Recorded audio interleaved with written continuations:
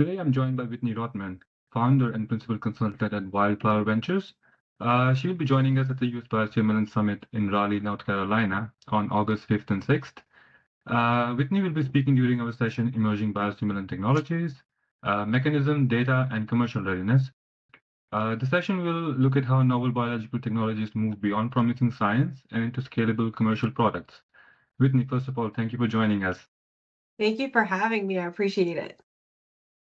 So one thing you've said recently that really stood out to us, you suggested that the biological industry is still trying to commercialize biology using assumptions from chemistry. Uh, so what is the biggest chemistry-based assumption that companies are still making today? And where does it tend to break down in the real world?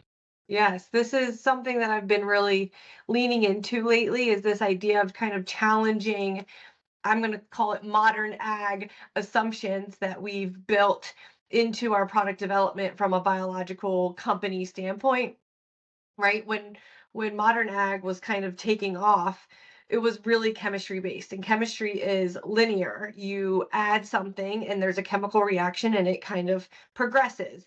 And usually if you add more of the chemistry, more of the reaction takes place. And you can see this with nitrogen fertilizer, for example, right? There's usually a dose dependent response. When you add nitrogen fertilizer, you get more greenness or more yield or more plant matter, right? Same thing with herbicides. I'm going to use glyphosate as an example because everybody knows that, right? You add a little bit and a little bit of the plant dies. You add more and you get more area and more plants die.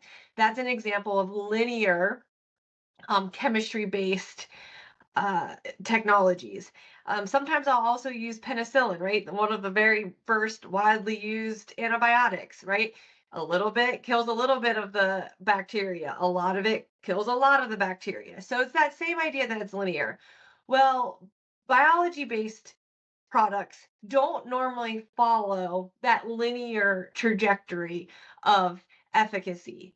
They also don't always have a stark before and after application. And so this is one of the things that I like to challenge these biological companies is when you're thinking about your product development and you're using these new emerging technologies, don't set up your product development in that linear mindset, right? Cause and effect, right?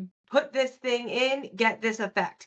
Because biology is system based and they're interconnected. And so usually you're having to affect one other part of the ecosystem to get the desired effect from your host, which is corn plant, tomato plant, things like that. So when you're developing your assays and you're doing your science, you need to think from I'm going to use the dreaded holistic viewpoint, but it's really that system based thinking where you're not just going, okay, I'm going to apply this dose, get this response, apply this dose, get this response. I need you to measure other aspects of your ecosystem to really figure out what you're really trying to tackle in the field and then understand that delay, right?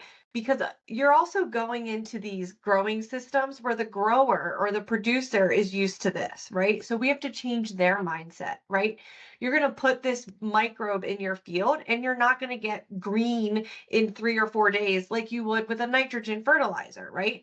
So you're going to have to use words like, hey, there is a 2 week delay. It's doing all this stuff in the soil, it's mineralizing, it's doing all these biochemical processes. The plant has to take it up. So you're going to see a 2 week delay and you're going to see mild greenness, but it's not going to be like you're going to put urea on the field. And so we just have to change the narrative, and kind of really rethink the way we go to market with these biological products or biostimulants. The way you're explaining it, it sounds primarily like a technical problem, but I'm guessing it's a commercial problem as well, like to sell this product Yes. out. Yes. So it to me it starts with like the technical and the product development.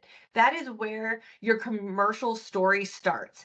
And it's not often thought of that when I get into these companies, right? So the science team is thinking science and product development and technical, and then they hand it over to commercial and be like, all right, go take it and sell it.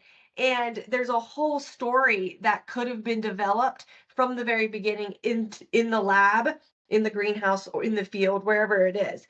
And so it is a commercial it's a commercial problem because they aren't handed the story along with product development. And I tell people you take anywhere between 2 to 5 years to develop, and if it's biocontrol, it could be 10 years to develop a product. And if you don't capture that story throughout those years, you're missing so much of it. And so when you hand the product over to launch, you need to understand the science story from the commercial lens. What matters to the grower? What matters to the producer? How are you going to position this product, and what kind of science are you going to do to just support that position on the market? Yeah, I mean, you're already talking about this, but it's a similar question. So a lot of biological products create enthusiasm in the innovation phase. Where do you see companies most losing momentum between scientific promise and real commercial traction? To me, it's the sales and marketing from the science lens. And and we're going to sprinkle a little bit of like the mode of action story, okay? So one of the things we should borrow from chemistry is they have a well-defined mode of action. They understand precisely what their molecule is doing to elicit the response that they get, okay? In a lot of biological biostimulant companies, that mode of action is complex, and it's a lot. It can be a lot of different things. There's a cascade. How do you define where one mode of action starts and it kicks off another mode of action? So it gets really complex. And so I think up until this point, we've just ignored it, going, well, it's doing a lot of things. That no longer is going to cut it, right? The grower has to understand what it's doing so that they can visualize it in their system. And so what happens is when we're developing the science in the lab, we forget, as scientists, I was a scientist for 15 years, we forget that what we're doing is ultimately for the customer. And so that involves taking pictures. That involves thinking about adding a different control so that when you're developing your experiments and you take a picture, you have the appropriate control that speaks to the grower and not necessarily completes your assay in the lab, right? You need both, right? You need a sound experimental design, but I need you to start now bringing in different other controls or other treatments.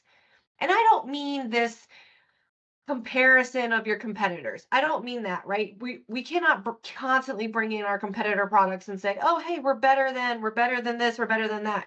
But there is a complete story that you need to think about, and some of those controls could be, very paramount to completing that story, whatever your science story is.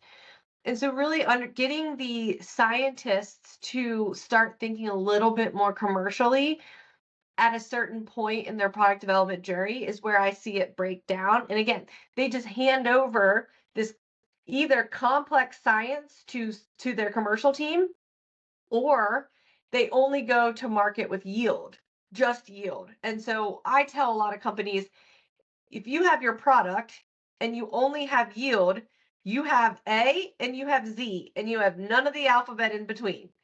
And so you have to develop that alphabet in your company, in your technical side of your company, from a sales and marketing perspective. And so that's where I see it break down is you have the regulatory, you have yield, but you don't really have that mode of action in that science story.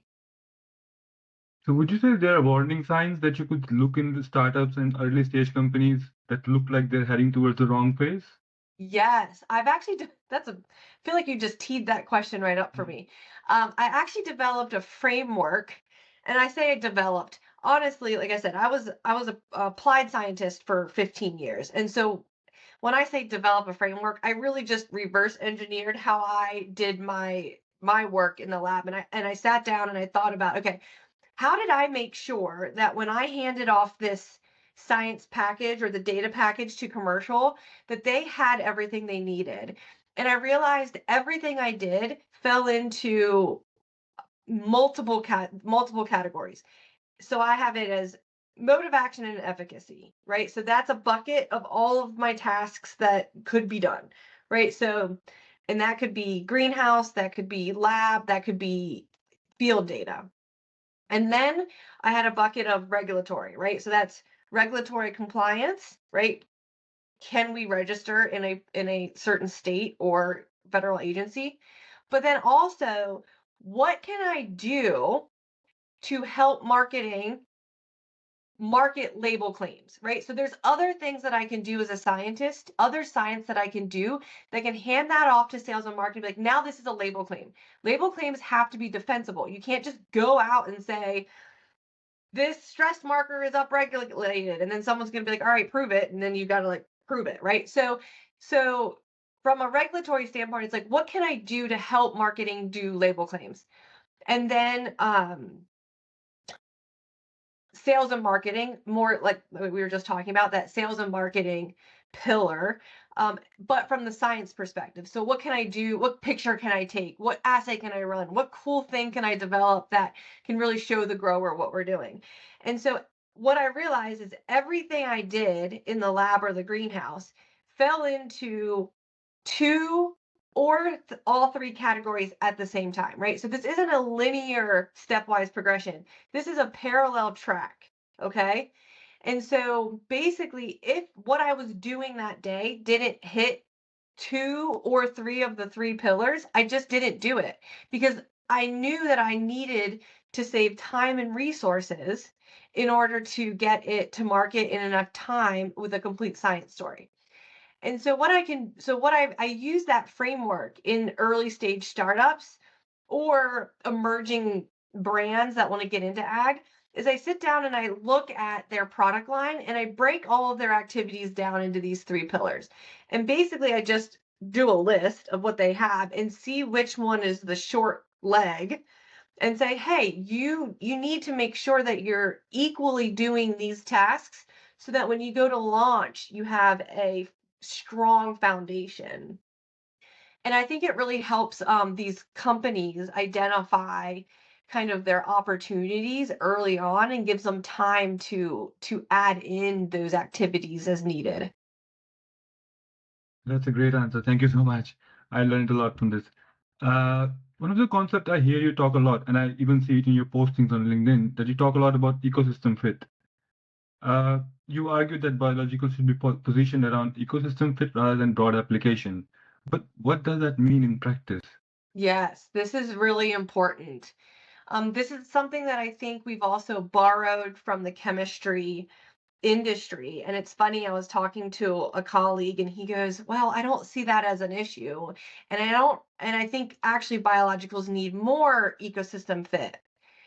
But what happens is we've been based in chemistry, this chemistry mindset for so long that a lot of the big companies, so I call them the bigs or the big ag, right? They're chemistry based companies and they've got this giant footprint, right? They're everywhere. They're in every state, in every crop, in every geography, right?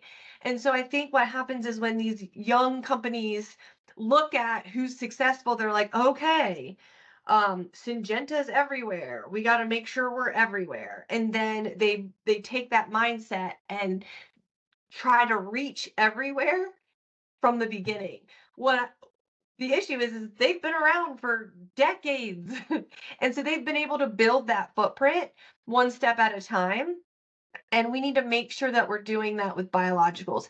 And I think it's even more important that we do it for biologicals because my assumption is that we are never going to reach that broad ecosystem fit or that broad regional and crop specific footprint because of the nature of biology. It's so dependent on soil and climate and stress factors and even the plant type, right? Nitrogen works on all plants. It works on the your lawn, it works on the weeds and the trees, right? I don't think we're going to get that kind of thing. And so what happens is I see these young companies, and I'm going to use field trials as a perfect example, okay? You've got a tiny budget.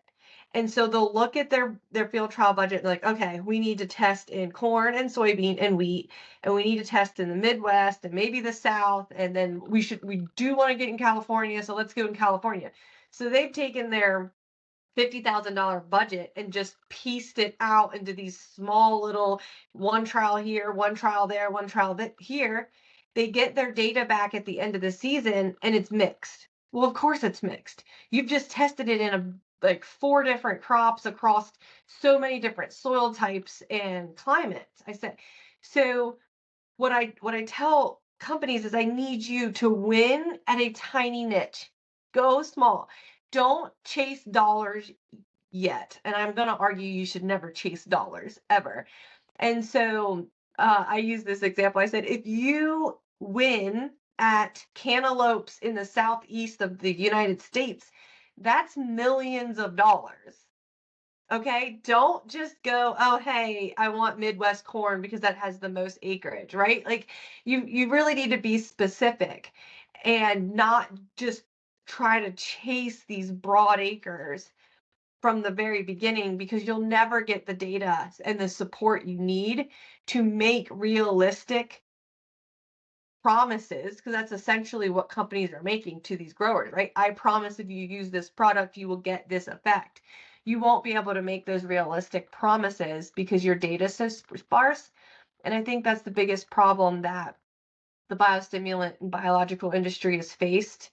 That's our biggest mistake we've done is we've gone too broad too quickly, and that's why we get this idea of snake oil or pixie dust, and it's inconsistent. Well, sure, it's inconsistent because we haven't actually doubled down and focused on what is our superpower.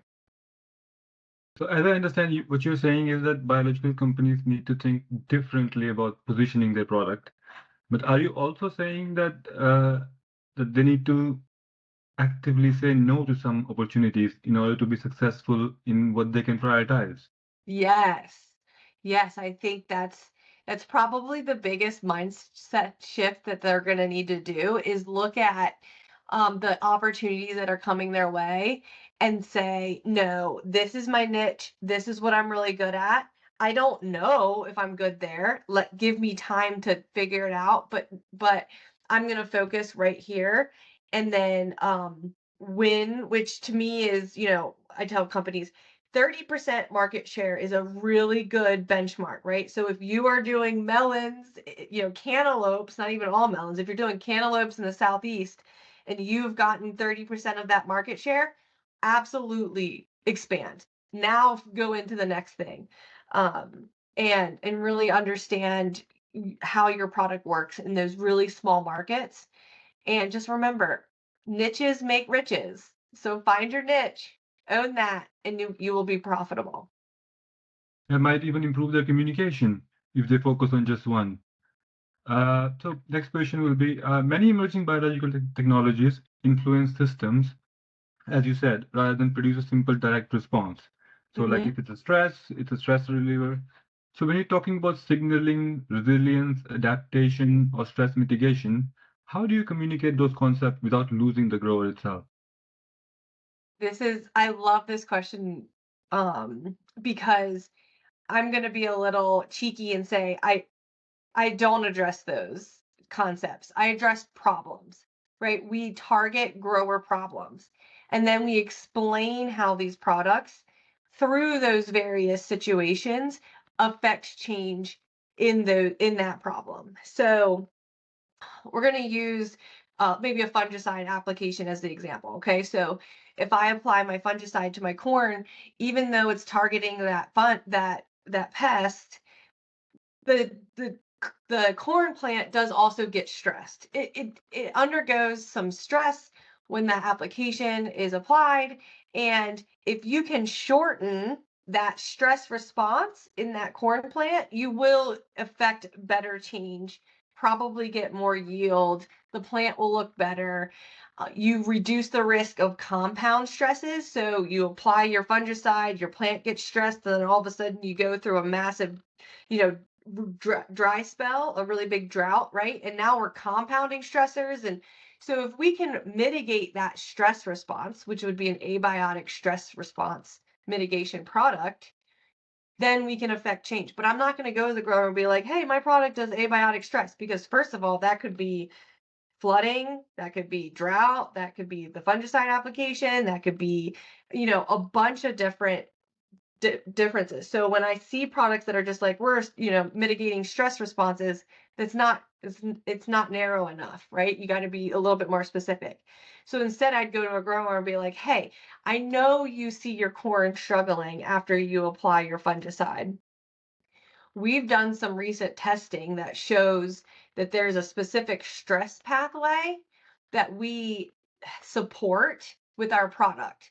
And what we mean by that is we really help the plant work through that stress, and we shorten that stress response by 10 days, which will allow your plants 10 days extra head start after the application to recover from this stress event. And so that's how I really tackle those hard questions. So I'm going to be a little bit cheeky as well. Have you seen examples of companies communicating this really well recently in the market? Are there any? Because most of what I see is, as you described, it's most about, here is the stress, my product will help you. Soil health, we see a lot of that, right? Hey, use this product to increase soil health. And I want to come back to these companies and say, I'm telling you, growers don't have a soil health problem. And then they're going to be like, well, they do. I'm like, sure, they do, but they have something else that is a result of maybe not great soil, right? But you can't just go up and be like, hey, this product supports healthy soils. Like, what does that even mean? Like, they can't monetize that, right? But they can monetize um, water absorption, right? So healthy soils absorb more water. And when, especially in areas where it's dry and then you get these torrential downpours, right? You want that water to absorb more. So, no, I don't see a lot of companies do this well. And it's one of the reasons why I'm really pushing this idea, because you need to lead with a problem and solve that problem. And then you talk through these major complex science situations through the resolution of that grower problem. And it gets easier when you do it that way, because there's an anchor point. When you just start going into cell signaling or stress mitigation, or even the mineralization within the soils, right? It just gets lost if growers and producers don't have an anchor point. They're like, okay, why do I care? Yeah. So which brings us to something I know you're passionate about. At this year's summit, you said you would like the industry to spend more time talking about what happened after the launch of their products. So what are the hard commercialization questions that we still aren't asking? That's a good question. I think it's, how do we stay in our growers' product mix? Okay, so I just wrote a blog recently about this idea of stacking versus integration. Okay, modern ag was built on this idea of stacking practices or stacking products, right? So when we, first started this industrialized ag, it's like, okay, do this kind of tilling and you get this yield response, and then add this fertilizer and you get this yield response, and you stack practices and you stack technologies and you get a significant yield bump to kind of offset the cost and time with that practice or product.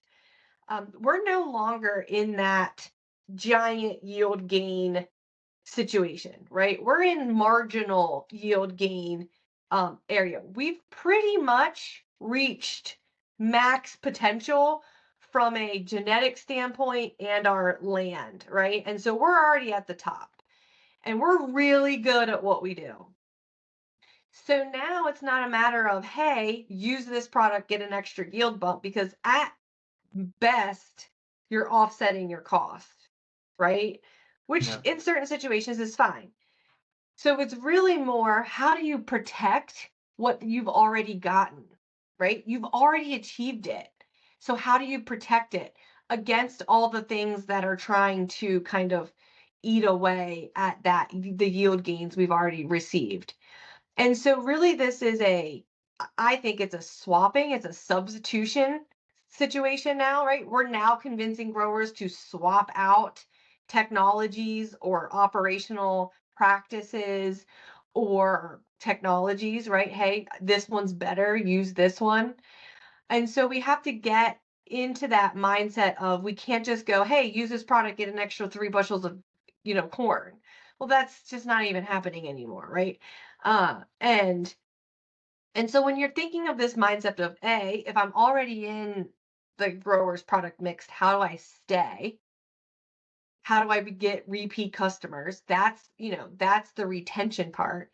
And then how do I integrate this into the whole operation? What am I doing with my product that helps the grower? And some of it can be time savings, right? Hey, with nitrogen fixing, there's a whole industry of nitrogen fixing technologies, and it's like, hey, listen, this these products are giving nitrogen throughout the growing season. That gives you flexibility with your side dress application or hey, fertilizer is really expensive right now. This gives you some flexibility to maybe cut back a little bit and see how it works on your system on your farm because you're supporting it in other ways. And so when we're thinking about integration and not stacking, that also means we have to change our success metrics, right? It's no longer put a product in the field, get the yield bump, tout that response. We have to define how our products are successful in a different way. So I have some written down because I want to give some specific examples because this can be a little theoretical and I want to anchor it, right? So some of the questions that we need to ask in this integration mindset would be, how do I make sure my plant is primed for my side dress nitrogen application so that it takes up more of the nitrogen that I put down, right? That's a different way of thinking about it. Or how do I minimize the stress after a fungicide application? How do I make sure that my soil is ready to absorb all that water in a downpour after we've had a really dry spell, right? Because that soil gets like concrete, and what happens is it rains and then it just runs off, right? So, how do I make sure my soil maintains its absorbing properties? So, those are the different kinds of questions we're asking. And then our success metrics looks different, right? So, is there a delay? So if we go back to the side dress application, is there a delay between side dress application and increased and nitrogen in my leaf, right? And is that right? Okay, so back up. So if I'm using a product that extends the life of the nitrogen that I put down, right? So what happens is you put your side dress nitrogen down, and then there's a little bit of a delay to the point where it gets absorbed into the plant. Well, you can measure that delay, right? And so if I'm priming my plant to absorb that nitrogen quicker or more holistically, I can measure that delay or I can measure that total nitrogen uptake, right? And so that's what you go to the grower with and be like, look, use my product. There is a 2-day reduction in nitrogen absorption, which means you're absorbing more nitrogen quicker. And the total amount of nitrogen that this plant can absorb is higher with or without my product. So you're getting more out of what you're putting down. And so those are the different kinds of like success metrics that we need to think about instead of just like, oh, hey, you used my product and then 8 weeks later your yield's higher, right? There's a disconnect there. So those are the big questions that we need to think about after the product is being launched, and how do we articulate that to the grower. 5 years from now, what do you think the winners in biological will understand that most companies still don't understand today? That they need to be way more specific than they are right now. The Yeah. biostimulant industry is very broad. I think in certain cases it's more broad than some of the other biological companies out there, like peptides or microbes and things like that. I see this a lot in seaweed companies when they come into the ag industry, right? Their superpower is seaweed. And then they come into ag with a biostimulant. And I do believe in these products, and I think there's a place, but they go real broad. It's like, here's a single seaweed biostimulant for everything. And it's just like, that's not going to work. So I think in 5 years, we're going to be very, very specific with the problems that we solve. And we're going to get more differentiated products than these kind of like economies of scale on everything kind of broad applications. Whitney, thank you very much. I genuinely learned a lot from this. So thank you. I hope people will also see this and get some value from this too. Again, Me thank you for too. joining us. No, you gave a lot of interesting things to think about. So again, thank you for joining us, everybody. Whitney Rottman is a founder and principal consultant at Wildflower Ventures, and she'll be speaking at Youth Biostimulants Summit in Raleigh, North Carolina on August 5th and 6th.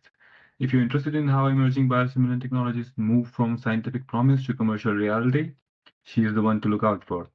Thanks for watching, and see you at the conference.